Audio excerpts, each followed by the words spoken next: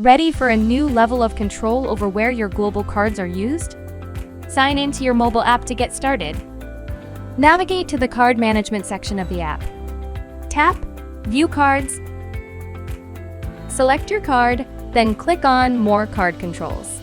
Next, tap the controls icon and finally select Location Controls.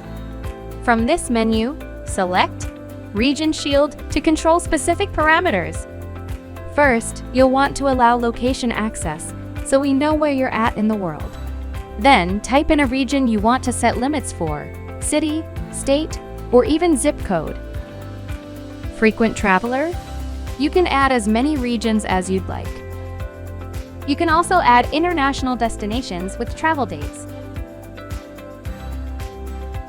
Congratulations! Now you're in control of where your card can be used.